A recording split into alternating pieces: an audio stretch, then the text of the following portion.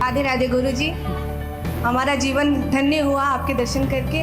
मेरा प्रश्न ये है गुरुजी कि मतलब पूजा करती हूँ पर ध्यान नहीं लगता है, मन नहीं लगता है। उस मन को लगाने के लिए क्या किया जाए? बार बार ध्यान भटकता है। अच्छा ये बताओ कि मंदारी बंदर को नचाता है कि नहीं? नचाता है जी। तो बंदर नाचता है कि नहीं? नाचता है। मंदारी के कहने से। हाँ। क्यों नाचता? बंदर तो इतना चंचल है, आप कहो तो आपके कहने से नाचेगा? नहीं नाचेगा, वो डंडे से मार की वजह से। नहीं, डंडे की वजह से नहीं। मंदारी ने बंदर की खूब प्रैक्टिस कराई है, अभ्यास कराया है, महीनों उसको अभ्यास कराया। जैसे अभ्यास कराने से बंदर को वश में किया जा सकता है, ऐसे अभ्यास करने से मन को भी वश में किया जा सकता है। आपका मन बंदर है, उस बंदर को बस में करने के लिए प्रैक्टिस, नित्य हम उसे सत्संग से जोड़ें, कीर्तन से जोड़ें और मन को जाने दे जहां जाए, पर आप उस मन के साथ ना चले। जैसे मन जा रहा है फलानी जगह जाने दो, पर आप उस मन का साथ ना दो। मन गलतियां तब करता है जब शरीर मन का साथ देता है। मीन्स आप जब अपने मन का साथ देंगी, जैसे आज मन है कि चलो रबड़ी खाते हैं, पर शरीर को शुगर की बीमारी है। अब मन यदि रबड़ी खाता है और रबड़ी आप खा लेंगी तो शुगर बढ़ जाएगा। तुलसी के पास शिव जी रख सकते हैं। मंदिर में रखो ना सब्जी, शिव जी को अच्छे से, हाँ। अच्छे से स्थान पे रखो शिव जी को। आंगन में तुलसी रहती है, तुलसी उसके की पास। मंजरी चढ़ा सकते हैं शिव जी को। राधे राधे गुरुजी। जी मैं चाहती हूँ एक बार आप मम्मी को राधे राधे बोल दो। और वो हमेशा एक नेगेटिविटी रखती है अपने अंदर कि क्या है कि उनका एक बेटा है, वो उनके पास नहीं रहता, कोई बात नहीं। तो वो हमेशा ऐसी सोचती है कि मेरा तो अनुरुचि है। कहाँ रहती हैं मैया? कहाँ रहती हैं? गांव में रहती है। बिल्कुल मैया को बोलना कि हम उनके बेटा ही हैं। मेरे साथ रह सकती है मेरी वो मम्मी। आपकी कौन है? मेरी मम्मी। हाँ तो आपके साथ भी रहे, क्या बुराई, अच्छा है। हमारे यहाँ पानी भी नहीं पीते बेटी का। ये सब परंपराएं इसलिए बनाई गई थी कि हमें बेटा इतने अच्छा होता था ना कि बेटी के घर पानी पीने की जरूरत ही नहीं पड़ती थी। अब आजकल ये किसने देखा था कि बेटा ही माँ को घर से निकाल देगा, बेटा ही सेवा नहीं करेगा, तो फिर स्वाभाविक है कि बेटी ऑप्शन दूसरा है, अब तो रहना ही पड़ेगा। तो माँ से बोलना कि ऐसी कोई बात नहीं है, वो मान्यताएं थी, अपनी जगह वो मान्यताएं सही है, लेकिन जरूरत है तो बेटी के घर रहें, पानी पिए, सब ठीक। राधे राधे, मैं हूँ आपका अपना अनिरुद्धाचार्य, आप सबका दास। महाराज का मंत्र कार्यक्रम में आपका बहुत बहुत स्वागत है। आज मैं आप लोगों को बताऊंगा कि लक्ष्मी जी को प्रसन्न कैसे करें, जीवन में क्या उपाय करें कि जीवन में धन की कमी कभी ना होने पाए। आप लोगों के सवालों का आज जवाब भी दूंगा। आज शुक्रवार है, माता लक्ष्मी जी का दिन है, इसलिए आज जितनी धन की बात कर लो उतना अच्छा है। टीवी 9 पर दिखाए जा रहे नंबरों पर आप अपना सवाल रिकॉर्ड करके भेजते रहिए। आइए अब कार्यक्रम की शुरुआत करते हैं। आज के उपाय में जानेंगे कि धन धान्य के लिए क्या करें। घर में हमेशा कमल के पुष्प पर बैठी माँ लक्ष्मी की तस्वीर लगाएं। माँ लक्ष्मी जी कमल में बैठी हों, ऐसा चित्र माँ का यदि घर में रखते हैं तो लक्ष्मी आपके घर में स्थिर होती हैं। माँ लक्ष्मी के साथ सोने के सिक्के बरस रहे हों, माँ लक्ष्मी के दोनों तरफ हाथी हों, ऐसी तस्वीर लगाएं। घर में मंदिर में हाथी का चित्र लगाना या चांदी के, मिट्टी के या अन्य धातुओं के हाथी घर में होना माँ लक्ष्मी के अगल बगल में, वो भी बड़े शुभ माने जाते हैं। माँ लक्ष्मी जी की ऐसी तस्वीर लगाएं जिससे उनके हाथों से धन धान्य बरसता हुआ नजर आए। माँ लक्ष्मी का चेहरा मुस्कुराता हुआ हो, आशीर्वाद देने की मुद्रा में हो, खड़ी मुद्रा में ना हो। तस्वीर में माता लक्ष्मी का वाहन उल्लू ना हो। रोजाना गाय को ताजी रोटी खिलाएं और उसकी सेवा करें, इससे भी लक्ष्मी स्थिर होकर के गौ माता की कृपा से रहती हैं। कहते हैं गाय के गोबर में लक्ष्मी का वास होता है। कोशिश करें कि जब भी आप सत्यनारायण भगवान की कथा सुने, पूजा करें, तो गाय के गोबर से ही वहाँ लीप करके चौक पूरें।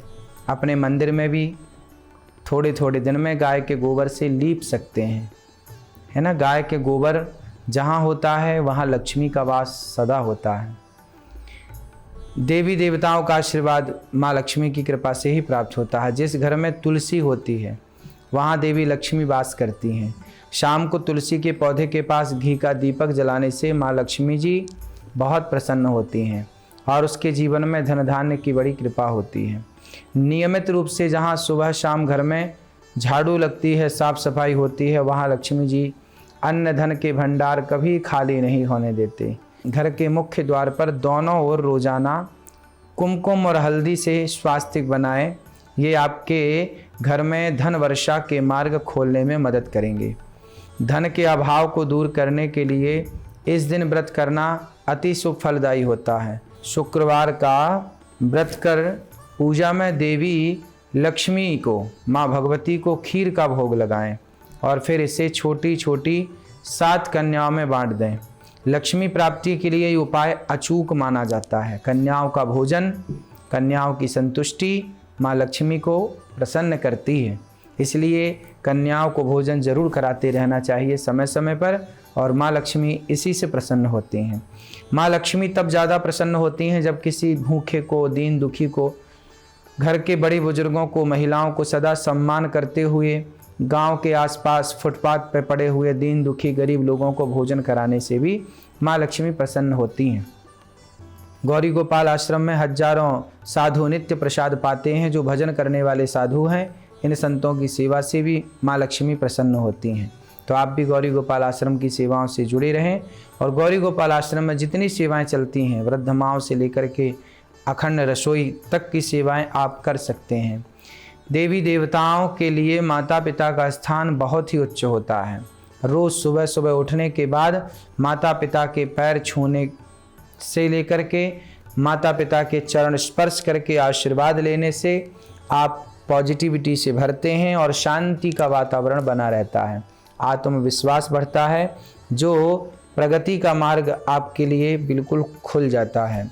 धन की बरकत के लिए आप अपनी तिजोरी में 11 गोमती चक्र लाल रंग के कपड़े में बांध कर रख दें, कभी धन की कमी नहीं होगी।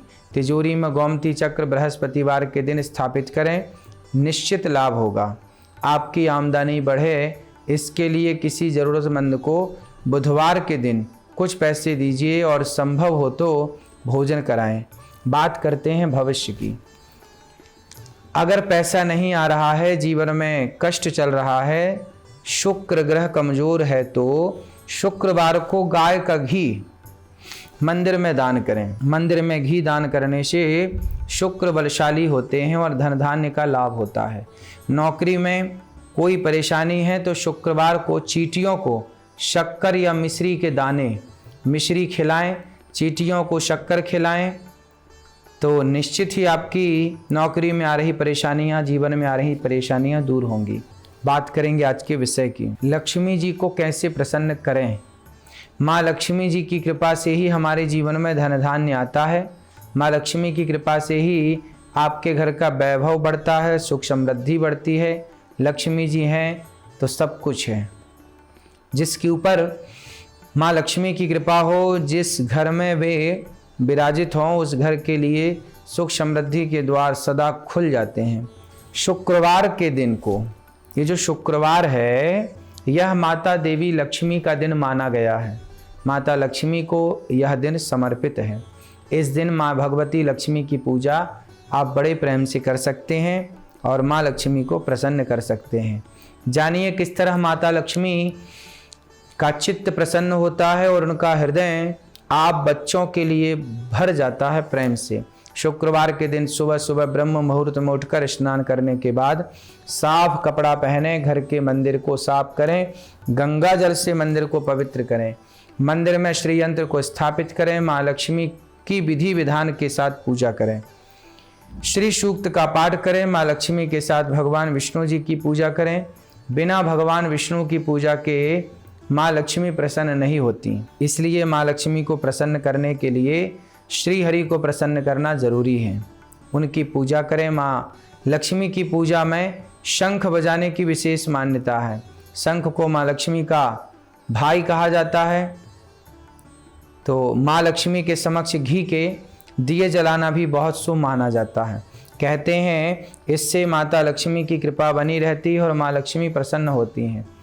शुक्रवार के दिन माँ लक्ष्मी को प्रसन्न करने के लिए उनकी प्रिय चीज़ें जैसे कमल के फूल, कौड़ी, शंख, लाल या गुलाबी कपड़ा किसी मंदिर में जाकर अर्पित करते हैं, इससे भी लक्ष्मी माता प्रसन्न होती हैं और लक्ष्मी से जुड़ी दिक्कतें समाप्त होती हैं। कहते हैं कि जिस जगह साफ सफाई होती है वहाँ माँ लक्ष्मी का वास होता है। गंदे स्थान में माँ लक्ष्मी दूरी बनाए रखती हैं। ऐसे में अपने घर और कार्यस्थल पर हमेशा साफ सफाई रखें। खास तौर पर शुक्रवार के दिन कार्यस्थल की सफाई जरूर करें, इससे धन लाभ होगा।